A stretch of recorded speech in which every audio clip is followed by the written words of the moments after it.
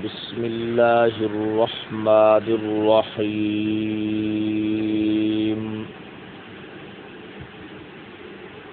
اولما اصابتکم مصیبۃ قد اصبتم مثلیہا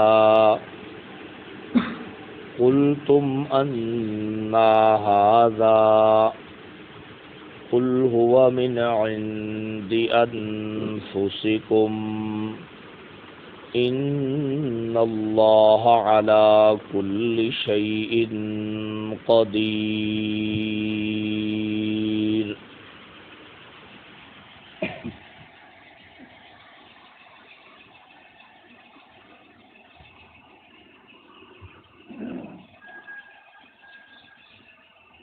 غزوہ احد کا مسلسل تفصیلی تذکرہ چل رہا ہے۔ اس سے پہلے دو رکوع کے اندر منافقین نے جو اس غزوہ کے بعد اللہ کی ذات کے بارے میں اور ذات نبوت کے بارے میں مختلف قسم کے شکوک و شبہات پیدا کر کے ایمان والوں کے دلوں میں ایمان کی حقیقت کو متزلزل کرنے کا جو منصوبہ اور پروگرام بنایا، اللہ نے اس کی حقیقت کو واضح کیا اور اپنی ذات کے بارے میں اور اپنے حبیب کی ذات کے بارے میں ایمان والوں کے دلوں کو مکمل طور پر کلیئر کر دیا، ہر قسم کے منافقین کے پھیلائے ہوئے شکوک و شبہات سے صاف کر دیا۔ اب یہ رکوع یہاں سے تقریباً آخری رکوع ہے جس میں غزوہ احد کا بیان ہوگا۔ اس آیت مبارکہ میں اللہ رب العزت نے خود مخلصین مومنین کے ایک سوال کا جواب دیا ہے۔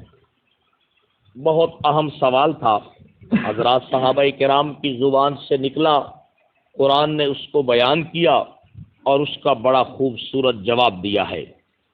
حضرات صحابہ کرام کو جس طرح منافقین نے شکوک و شبہات پیش کیے، وہ چونکہ اگر دل میں بیٹھ جاتے تو ایمان جانے کا خطرہ تھا، اس لیے اللہ رب العزت نے ان کی وضاحت فرمائی۔ اب یہ ایک بات تھی جو ایمان والوں کے دل میں پیدا ہوئی، اور صرف پیدا نہیں ہوئی بلکہ زبان سے انہوں نے اس بات کا اظہار بھی کر دیا۔ وہ اظہار کیا تھا ذرا سنیے۔ ایمان والوں نے اپنی جو ہے نا دل کے اندر یہ بات پیدا ہوئی اور پھر زبان سے یہ بات کا اظہار کر دیا کہ دیکھیں بھائی کہ ہم مخلصین ہیں، مومنین ہیں، اللہ ہمارے ایمان کی خود گواہیاں دے رہا ہے، اور پھر ہم حق پر بھی تھے، اور پھر ہم صرف زبانی کلامی مسلمان بھی نہیں تھے، عملی طور پر اسلام کے غلبے اور جد و جہد کے لیے ہم کوشش میں بھی لگے ہوئے تھے، اور پھر اس پورے عمل میں ہم اکیلے بھی نہیں تھے، نبی پاک صلی اللہ علیہ وسلم بھی ہمارے ساتھ تھے، اور آپ کے ذریعے اللہ کی مدد اور نصرت کا وعدہ بھی کیا گیا، مگر پھر بھی ہم شکست کھا گئے۔ بڑا اہم سوال ہے اور آپ نے توجہ ابھی تک نہیں فرمائی، توجہ تھوڑی سی فرما لیں۔ کیا ہے بھائی کہ ہم کس پر تھے بھائی؟ حق پر۔ صحابہ کرام حق پر ہی تھے نا بھائی۔ غزوہ احد کے موقع پر ہم اس سارے مارکے کے اندر کس پر تھے بھائی؟ حق پر تھے۔ ہماری ساری جد و جہد، ہمارا گھر سے نکلنا، میدان کا رخ کرنا، یہ کس کے غلبے کے لیے تھا؟ حق ہی کے غلبے کے لیے تھا۔ پھر ہم اکیلے تھے یا اللہ کے حبیب بھی ہمارے ساتھ تھے؟ اللہ کے حبیب بھی ہمارے ساتھ تھے۔ پھر ہمارے ساتھ اللہ کی مدد اور نصرت کا وعدہ بھی کیا گیا، مگر اس کے باوجود ہمیں اتنی مصیبت پہنچ گئی ہے، مگر اس کے باوجود بھی ہمیں کیا ہے، اتنی مصیبت پہنچ گئی ہے، ہمیں غم پہنچ گیا ہے۔ اللہ رب العزت نے اس کے دو جواب دیے۔ اللہ نے اس کے کتنے جواب دیے؟ دو جواب دیے، ایک جنگی حوالے سے جواب دیا ہے اور ایک جو ہے اصل حقیقی اعتبار سے جواب دیا ہے۔ اللہ رب العزت اب ترجمہ ذرا سنیں، کچھ بات آپ کو سمجھ آئے گی۔ فرمایا اولما اصابتکم مصیبۃ، اب صحابہ کرام کو شاید میں خطاب کیا جا رہا ہے، اولما اصابتکم مصیبۃ، آیا پس جب کبھی پہنچی تمہیں مصیبت، جب کبھی پہنچی تمہیں مصیبت، تمہیں غم پہنچا احد کے اندر، قلتم انا ھذا، تو تم کہنے لگے کہ یہ کہاں سے آ گیا، تو تم کہنے لگے یہ کہاں سے آ گیا، بھائی ہم تو حق پر تھے، حق کے غلبے کے لیے نکلے تھے، حضور ہمارے ساتھ تھے، اللہ کی مدد اور نصرت کے وعدے کیے گئے، قلتم انا ھذا، یہ غم ہمیں کہاں سے پہنچ گیا، سمجھ آئے گی۔ تو اللہ رب العزت نے پہلے اس کا جنگی حوالے سے جواب دیا ہے، فرمایا قد اصبتم مثلیھا، تمہارا حق ہی نہیں بنتا یہ بات کرنے کا، تمہارا حق ہی نہیں بنتا یہ بات کرنے کا، اس لیے کہ اگر تم جنگی حوالے سے دیکھو تو جن کے ہاتھوں سے تمہیں مصیبت پہنچی ہے ان کو تمہارے ہاتھوں سے ڈبل مصیبت پہنچ چکی ہے، جن کے ہاتھوں سے میدان احد میں تمہیں مصیبت پہنچی ہے نا، تمہارے ہاتھوں سے ان کو کتنی مرتبہ مصیبت پہنچ چکی ہے، ڈبل مصیبت پہنچ چکی ہے، گویا کہ وہ تم سے ڈبل ہار چکے ہیں، تم ان سے سنگل ہار چکے ہو، تعجب کی ضرورت ہی کیا ہے۔ تو میدان جنگ میں تو یہ ہوتا رہتا ہے جناب والا، سمجھ آئے گی کس طرح۔ فرمایا کہ دیکھو پچھلے غزوہ بدر کے اندر آج تمہارے 70 افراد شہید ہوئے ہیں، تو ان کے 70 افراد نہیں بلکہ 70 سردار تمہارے ہاتھوں سے کیا ہوئے تھے، قتل ہوئے تھے، پھر 70 ان کے سردار قیدی بن گئے تھے، اور جو قیدی ہوتا ہے وہ مقتول ہی کے حکم میں ہوتا ہے، جس نے قید کیا ہے اس کی مرضی ہے، اس کو چھوڑ دے یا اس کو کیا کر دے بھائی، قتل کر دے، اسے کوئی پوچھنے والا نہیں ہوتا۔ تو اللہ فرماتے ہیں پہلے نمبر پہ تو تمہیں یہ تعجب کر کے سوال کرنے کی ضرورت ہی کوئی نہیں ہے آپس میں کہ ہمارے ساتھ یہ کیا ہو گیا، اس کی وجہ کیا ہوئی ہے۔ اللہ فرماتے ہیں کہ آج اگر تمہیں مصیبت پہنچی ہے ان کے ہاتھوں سے تو تمہیں یہ بھی یاد کرنا چاہیے تھا کہ تمہارے ہاتھوں سے ان کو تم سے ڈبل مصیبت پہنچ چکی ہے، سمجھ آ گیا کہ ان کے 70 افراد قتل کیے گئے، اور پھر وہ اپنے جو ان کے مقتول تھے ان کو وہ نہ غسل دے سکے، نہ کفن دے سکے، نہ اپنے عقیدے کے مطابق دفن کر سکے، تم نے ان سب کو اٹھا کر ایک کنویں کے اندر پھینک دیا اور اوپر مٹی ڈال دی جناب والا، اور ان کے اوپر کھڑے ہو کر تم نے مختلف انداز میں غور و فکر کے حوالے سے باتیں بھی کی تھی، اور پھر ان کے 70 افراد جو ہے تمہارے ہاتھوں قیدی بن گئے، اور قیدی جو ہے وہ مقتول کے حکم میں ہوتا ہے۔ اگر تم جنگ کے حوالے سے بھی دیکھ لیتے کہ تمہاری طرف سے ان کو ڈبل شکست پہنچ چکی ہے اور ان کے ہاتھوں سے تمہیں سنگل شکست پہنچ چکی ہے، ڈبل شکست والے تو نہیں رو رہے، تم کیوں رو رہے ہو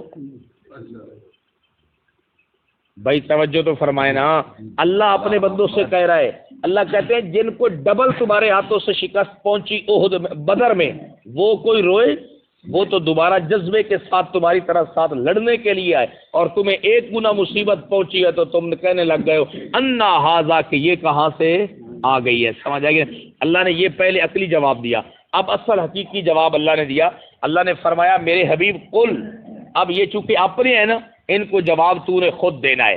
فرمایا ہوا من عند انفسکم، ہوا من عند انفسکم، اس کی یہ وجہ نہیں ہے کہ تم حق پر نہیں تھے، تم حق پر تھے، حق کے غلبے کے لیے نکلے تھے، میرے نبی ساتھ تھے، میری مدد اور نصرت کا وعدہ تھا، تمہیں جو مصیبت پہنچی ہے وہ کوئی اس وجہ سے پہنچی ہے کہ ان کی تعداد زیادہ تھی اس لیے تمہیں مصیبت پہنچ گئی ہے؟ بڑی توجہ سے، کیا اس لیے مصیبت پہنچی ہے کہ ان کی تعداد زیادہ تھی؟ اللہ کہتے ہیں میرے حبیب ان کو بتاؤ اس وجہ سے نہیں پہنچی، کیا ان کے پاس گھوڑے زیادہ تھے، ان کے پاس جنگی ساز و سامان زیادہ تھا جس کی وجہ سے تمہیں مصیبت پہنچی ہے؟ نہیں، اللہ کہتے ہیں ہوا من عند انفسکم، تمہاری اپنی وجہ ہے جس سے تمہیں مصیبت پہنچی ہے۔ اللہ اکبر، اللہ اکبر۔ اس میں قیامت تک کے آنے والے مسلمانوں کو ان کے حالات کی نشاندہی ہو رہی ہے کہ یہ بات نہ کرنا کہ ہم حق پر ہیں، ہمیں کیا ہو گیا، ہم حق کے غلبے کے لیے نکلے تھے، سمجھ آئے گی۔ یہ بھی میں وضاحت کر رہا ہوں، یہ تفسیر ضیاء القرآن میں نا اس پہ ایک بڑا خوبصورت جو ہے نا انہوں نے مسلمانوں کو ایک بات کی ہے، وہ انشاءاللہ بھی عرض کرتا ہوں، لیکن پہلے آیت کے اندر سے بات سمجھ لیں تاکہ بات جو ہے نا سمجھ آ جائے۔ اللہ نے کیا فرمایا کہ اگر کبھی اس قسم کا موقع آ جائے تو یہ نہیں کہنا چاہیے کہ ہم تو حق پر تھے، حق کے غلبے کے، نہیں، ہوا من عند انفسکم، حق والوں کو جب بھی مصیبت پہنچے گی ان کی اپنی غلطی ہوگی۔ اللہ کہتے ہیں پہاڑی درہ کس نے چھوڑا تھا؟ اب اللہ جو ہے نا جس طرح اس نے دوسرے گروپوں کو باتیں کی ہے نا، اب اپنوں کو بھی باتیں کر رہا ہے۔ پہاڑی درہ کس نے چھوڑا تھا؟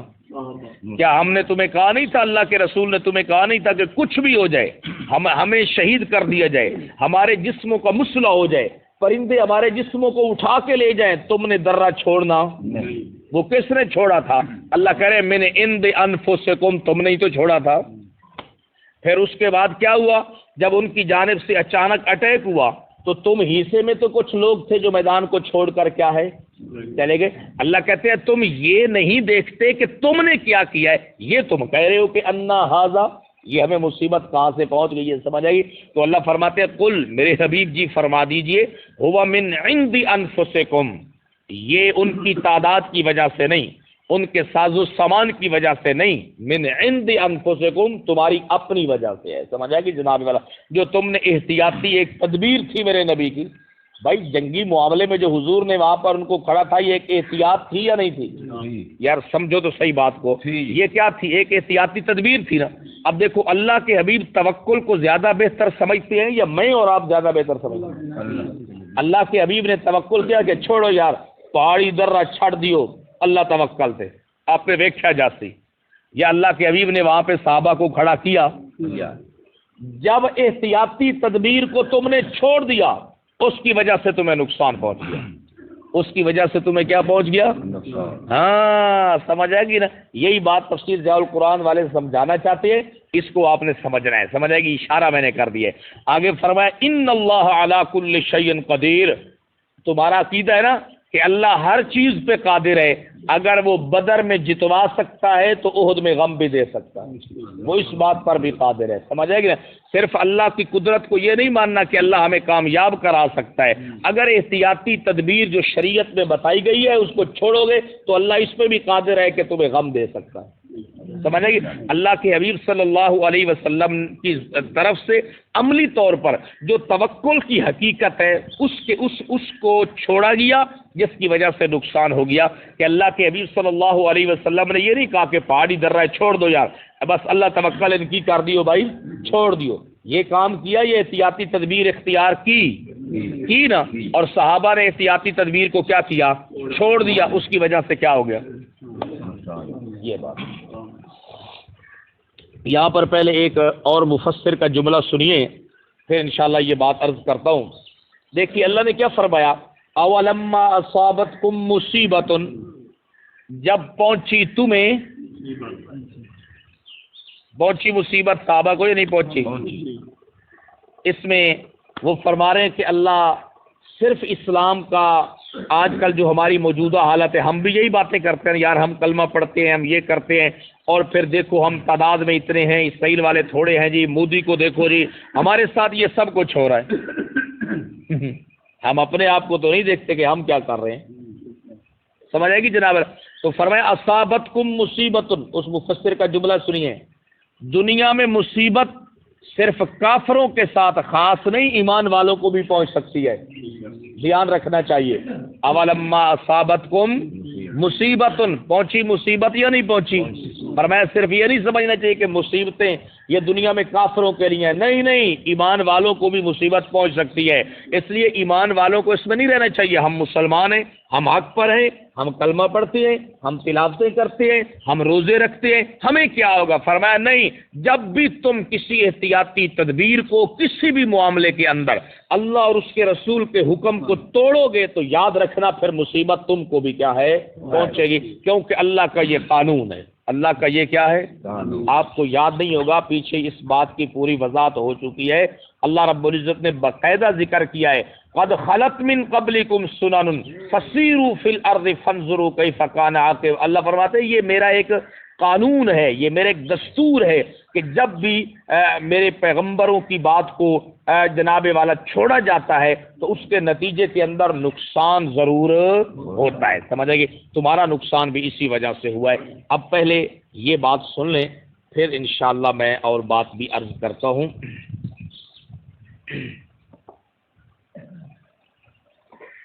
جس طرح پیچھے میں نے آپ کو سنایا تھا نا ایک تفسیر کے حوالے سے، علامہ غلام رسول سعیدی صاحب کے حوالے سے، کہ توکل کی حقیقت کو سمجھا جائے. جعلی صوفیوں، بناوٹی درویشوں نے جو دین کا حلیہ بگاڑ کے رکھ دیا ہے نا، اس نے بڑی خرابیاں پیدا کی ہیں. یہ ایک جملہ آپ سنیں، تھوڑا سا حاشیہ سن لیں تاکہ فائدہ ہو جائے. احد کے میدان میں، اب جو شروع والی بات ہے وہ میں نے تفصیل سے عرض کر دی ہے، انہوں نے مختصر نقل کی ہے. احد کے میدان میں مسلمان از راہ تعجب کہنے لگے. احد کے میدان میں مسلمان از راہ، عجب بات ہے کہ ہم حق پر ہیں، عجب بات ہے کہ ہم حق پر ہیں، راہ خدا میں جہاد کرنے نکلے ہیں، رسول خدا بھی ہم میں موجود ہیں، اور ہمیں ان لوگوں کے ہاتھوں شکست اٹھانا پڑی ہے جو کافر و مشرک ہیں، جو کافر و مشرک ہیں.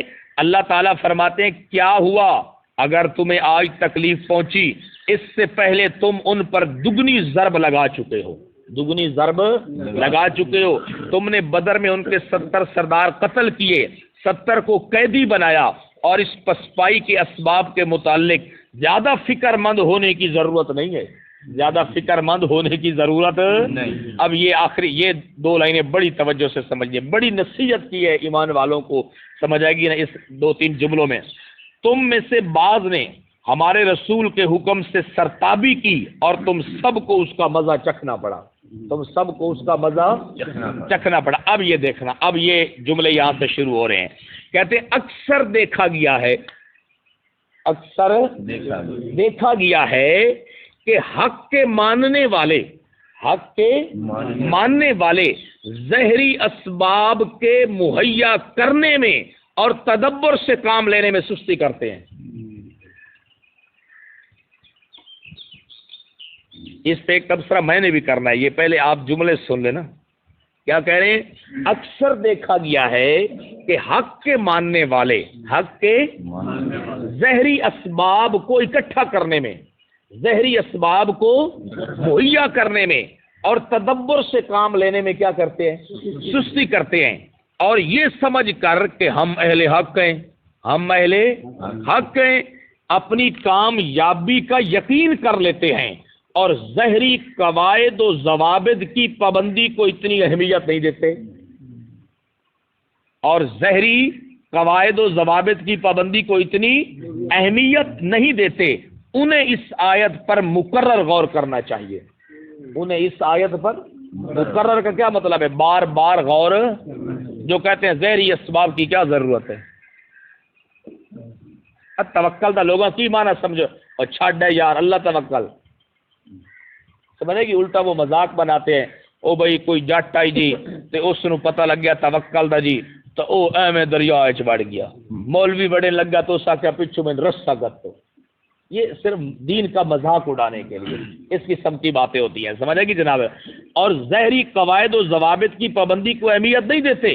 انہیں اس آیت پر مقرر غور کرنا چاہیے کہ جب صحابہ کی مقدس اور حق کی علم بردار جماعت، جب صحابہ کی مقدس جماعت حق کی علم بردار جماعت سے معمولی سی احتیاط میں کمی ہو گئی تو انجام کیا ہوا؟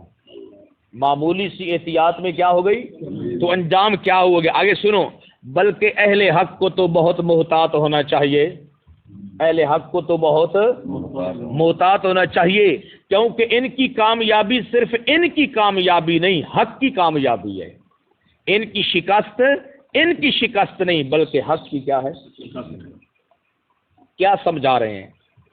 کیا رہنمائی کر رہے ہیں؟ کہتے ہیں کہ اکثر یہ بات دیکھنے میں آتی ہے. اور ایک بات اور آپ کو بتاؤں، ایک اور، یہ بیچارے جو بھولے، یہ اب میرا چھوٹا سا تجزیہ ہے، بھولے بھالے سادہ مسلمان جو ہے نا، یہ اس قسم کی غلطیاں کرتے ہیں. جاننے والے یہ غلطی بالکل نہیں کرتے. چھوٹا سا میرا بھی تجربہ ہے، جن لوگوں کو ہم جانتے ہیں آگے پیچھے مختلف انداز سے، ان کا اپنا کوئی ذاتی کام ہو، بالکل بغیر اسباب کے اللہ توکل پہ نہیں چھوڑتے۔ ایک ایک آدمی سے مشورہ، نہیں سمجھ آئی بھائی بات؟ ایک ایک آدمی سے مشورہ، سمجھ آئے گی؟ پھر اس کے لیے جتنے اسباب مہیا ہو سکتے ہیں مکمل کوشش کرتے ہیں، لیکن جب ہم ان کی زبان سے لوگوں کو یہ کہتے ہوئے سنتے ہیں چھوڑو یار کڑی لوڑ ہے تسی ٹھل جاؤ، مجھے بڑا افسوس ہوتا ہے، کیونکہ لوگوں کی غلط رہنمائی ہو رہی ہوتی ہے۔ یہ توکل نہیں ہے، احتیاطی تدابیر کو چھوڑنا یہ توکل نہیں ہے، احتیاطی تدبیر کو اختیار کر کے پھر بھروسہ رب پہ کرنا یہ توکل ہے۔ جاننے والے کبھی نہیں کرتے، یہ ایسے ہی آپ کو پتا ہے، میں آپ کو بتا رہا ہوں، مان جائے میری بات، سمجھ آئے گی جناب والا؟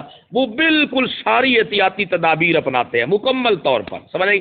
جو بھولا بھالا آدمی ہوتا ہے اس کو کہتے چھوڑ یار تو بیمار ہے، ڈاکٹر صاحب ہمیں منع بھی کیتا ہے یہ چیز نقصان دے گی، تجربہ ان کا بتا چھوڑ یار، کوئی توحید پہ بھی ایمان رکھے کرو، کھا دیا ہوتے پیتی ہو، خود نہیں کھائیں گے، آپ کو بتا رہا ہوں، تو میں تو آپ کو سچی باتیں بتاتا ہوں، آپ ہنس رہے ہیں، سمجھ آئے گی؟ اب مجھے کوئی جتنا مرضی کہہ لے ٹھنڈا پانی پی لو، میں نہیں پیتا، مجھے پتہ ہے میرا گلا خراب ہوگا، مجھے انفیکشن ہوتی ہے، مجھے تکلیف ہوتی ہے، جناب اللہ کوئی مجھے کہے یہ چیز کھا لو جو میری صحت کے لیے نقصان دہ ہے، خاص طور پہ میرے گلے کے حوالے سے، جس سے پھر میرا پورا جسم متاثر ہوتا ہے، تو میں نہیں کھاتا، سب دوستوں کو پتہ ہے، جاتے ہیں بوتلیں لے آتے ہیں، کھول بھی دیتے ہیں، گلاسوں میں ڈال بھی دیتے ہیں، ایسے پڑی رہے ضائع ہو جائے، میں نے منہ بھی نہیں لگا۔ اب میں لوگوں کو کہوں کہ چھوڑو یار یہ چیز تمہیں نقصان دیتی ہے، تمہیں بلڈ پریشر کا مسئلہ ہے، چھوڑو یار نمک والی چیز کھا لو، یہ امانت داری ہے یا خیانت ہے؟ احتیاطی تدابیر کو کبھی بھی نہیں چھوڑنا، یہ بات ذہن میں رکھ لو، احتیاطی تدابیر کو استعمال کر کے نتیجہ رب پہ چھوڑنا یہ توکل ہے۔ صحابہ کرام سے جو غزوہ احد میں مسئلہ ہوا ہے احتیاطی تدبیر کو چھوڑنے کی وجہ سے ہوا ہے، سمجھ آئے گی؟ اور تفسیر جاء القرآن میں جسٹس کرم شاہ صاحب یہی بات کہہ رہے ہیں کہ حق والوں کو ان چیزوں کی احتیاط باقی لوگوں کی بنسبت زیادہ کرنی چاہیے، اس لیے کہ ان کی جیت فقط ان کی جیت نہیں، حق کی جیت ہے، اور ان کی شکست نہیں بلکہ پورے حق کی کیا ہے، سمجھ آئے گی جناب؟ پھر جملہ سن لو، اکثر دیکھا گیا ہے کہ حق کے ماننے والے ظاہری اسباب کے مہیا کرنے میں اور تدبر سے کام لینے میں کیا کرتے ہیں؟ سستی کرتے ہیں، سمجھ آئے گی؟ اور یہ سمجھ کر کے ہم اہل حق ہیں، اپنی کامیابی کا یقین کر لیتے ہیں اور ظاہری قواعد و ضوابط کی پابندی کو اہمیت نہیں دیتے، سمجھ آئے گی؟ یہ عہد میں یہی مسئلہ بنا ہے، سمجھ آئے گی؟ اللہ کے نبی صلی اللہ علیہ وسلم نے سمجھا دیا، پہاڑی درہ خالی تھا، آپ کو پتا تھا کہ ہو سکتا ہے دشمن ادھر سے چکر لگا لے، آپ نے اس کو یہ نہیں کہا جو ساڈا توکل اللہ توکل چھوڑ دیو بٹھل جاؤ ویک، نہیں ادھر بندوں کو کیا کیا، کھڑا کیا، سمجھ آئے گی جناب؟ اس لیے بھائی لوگوں کو صحیح دین بتانا، لوگوں کو سچی بات اور صحیح انداز میں بتانا، یہ بھی میری اور آپ کی کیا ہے بھائی، ذمہ داری ہے، سمجھ؟ آگے پھر ایک بات آ رہی ہے انشاءاللہ اس حوالے سے، پیچھے آپ نے دیکھا اللہ نے کیا فرمایا، بغیر مشورے سے توکل کرو یا مشورہ کر کے توکل کرو، یہ بات ہے، سمجھ آئے گی؟ چلو آیت کا مفہوم آج انشاءاللہ آپ کو سمجھ آ گیا، کوئی اور بات ہے تو کل آ جائے گی، ترجمہ سن لیں۔ اولما اصابتکم مصیبہ، کیا جب پہنچی تمہیں کچھ مصیبت، کیا جب پہنچی تمہیں کچھ مصیبت، قد اصبتم مثلیہا، حالانکہ تم پہنچا چکے ہو دشمن کو اس سے دگنی مصیبت، دگنی